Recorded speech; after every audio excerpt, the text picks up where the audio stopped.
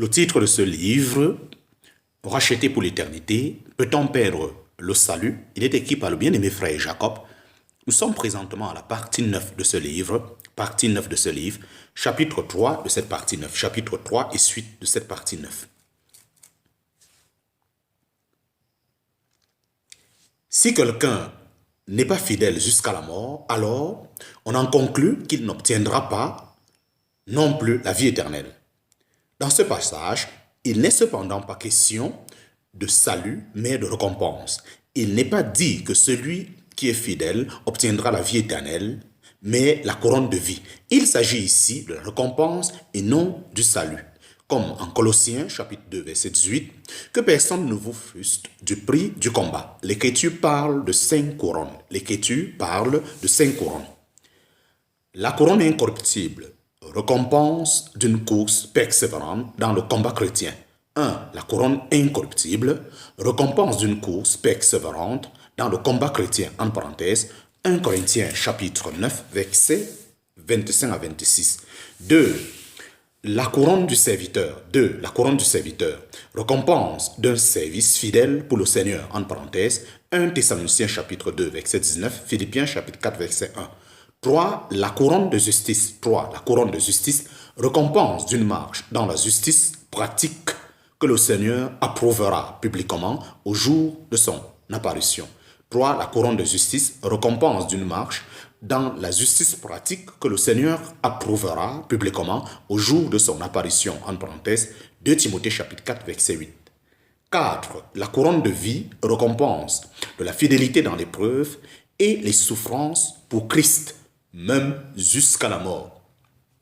En parenthèse, Jacques chapitre 1, verset 12, Jacques chapitre 1, verset 12, Apocalypse chapitre 2, verset 10. 5. La couronne inflétrissable.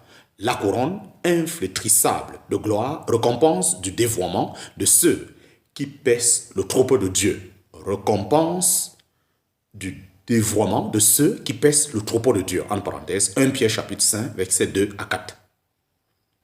Il se pourrait que je ne reçoive aucune de ces couronnes promises au vainqueur et cependant que je sois sauvé. L'Écriture dit, si l'ouvrage de quelqu'un vient à être consumé, il en éprouvera une perte, mais lui-même, il sera sauvé, toutefois comme au travers le feu. En parenthèse, 1 Corinthiens chapitre 3, verset 15.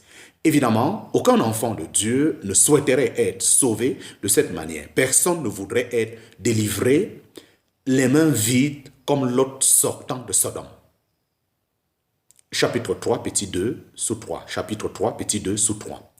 Et si quelqu'un se retire? Et si quelqu'un se retire? Plusieurs de ses disciples se retirèrent et ils ne marchaient plus avec lui. En parenthèse, Jean chapitre 6, verset 66.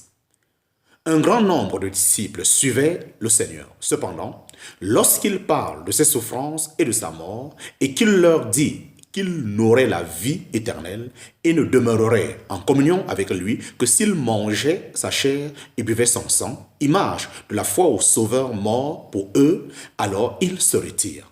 Cet enseignement était trop dur pour eux. Ils ne voulaient pas recevoir cette parole. Cet épisode montre que la pensée d'avoir part à la mort du Seigneur comme une nécessité pour avoir la vie est insupportable à l'homme naturel, même s'il était initialement animé de bons sentiments.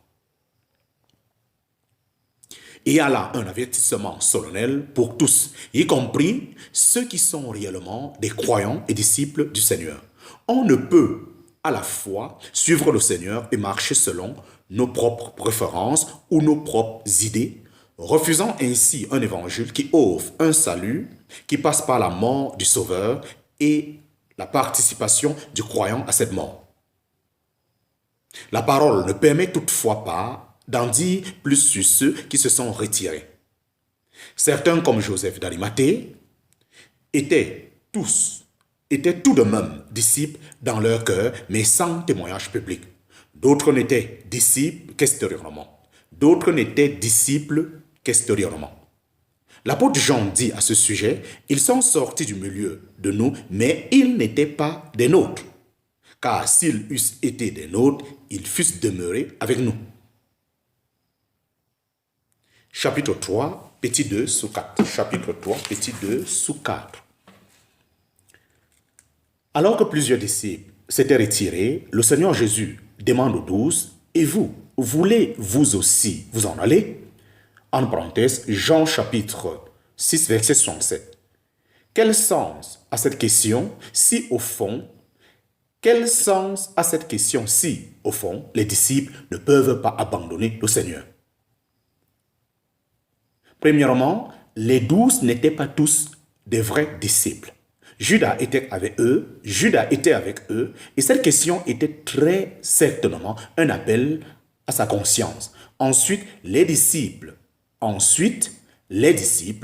tout en croyant dans leur cœur, risquaient d'abandonner momentanément le chemin difficile d'un témoignage public. Cependant, cette question a une autre portée.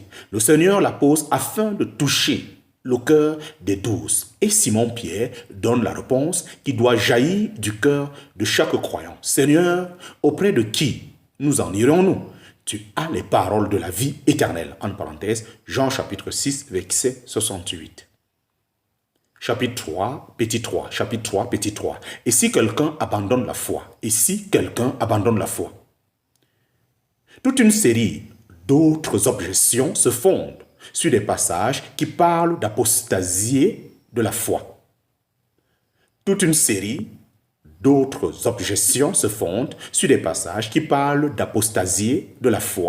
De renier la foi, de faire naufrage quant à la foi, de foi vaine, etc. Nous les citerons en les commentant brièvement.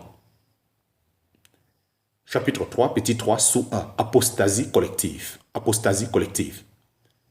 Car ce jour-là ne viendra pas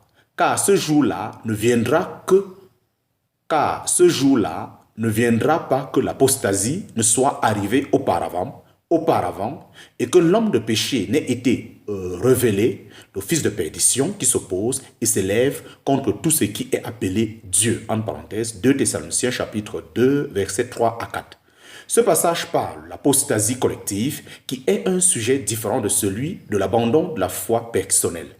L'apostasie concerne le temps futur où toutes les vérités de la foi chrétienne seront abandonnées sous l'influence de l'Antichrist. Ce fils de perdition s'élèvera contre toute forme d'honneur rendu à Dieu et se fera lui-même adorer comme Dieu. Nous vivons déjà aujourd'hui le germe de ce qui éclatera plus tard en grand jour. De bien des manières, les fondements de la foi chrétienne sont secoués. Beaucoup ont jeté par-dessus bord ce qu'ils avaient autrefois reconnu. Depuis un siècle, une partie de la chrétienté a renié la divinité de Jésus-Christ.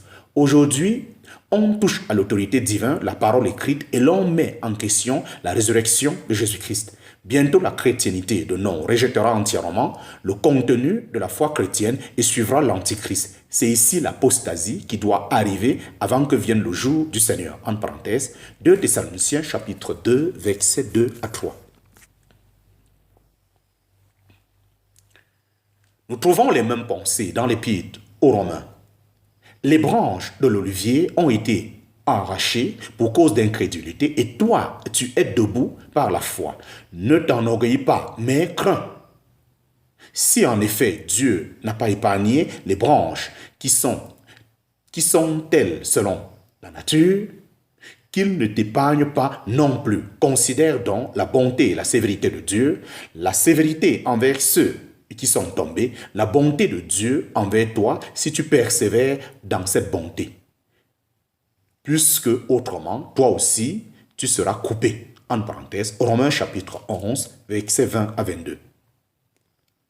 Il ne s'agit pas ici de l'abandon de la foi personnelle comme le montre le contexte des chapitres 9 et 10. L'apôtre parle des Juifs et les appelle branches de l'olivier. Israël était le porteur du témoignage de Dieu sur la terre. Les promesses lui étaient destinées et il était l'objet de la miséricorde de Dieu. Mais à cause de son incrédulité, il a été coupé et à sa place furent greffées les autres nations. La miséricorde de Dieu se tourne maintenant vers les non-juifs et suscite un témoignage au milieu d'eux. Mais si les nations méprisent la bonté de Dieu, le témoignage divin leur sera également ôté, comme le fut le témoignage juif, et Israël sera à nouveau greffé. La chrétienté apprécie-t-elle la bonté de Dieu? Ce que nous voyons autour de nous montre que non. Nous allons donc vers le moment où Dieu mettra de côté le témoignage, la chrétienté. Le Seigneur fait dire à l'assemblée, à l'Odyssée, qui représente partiellement l'Église de la fin.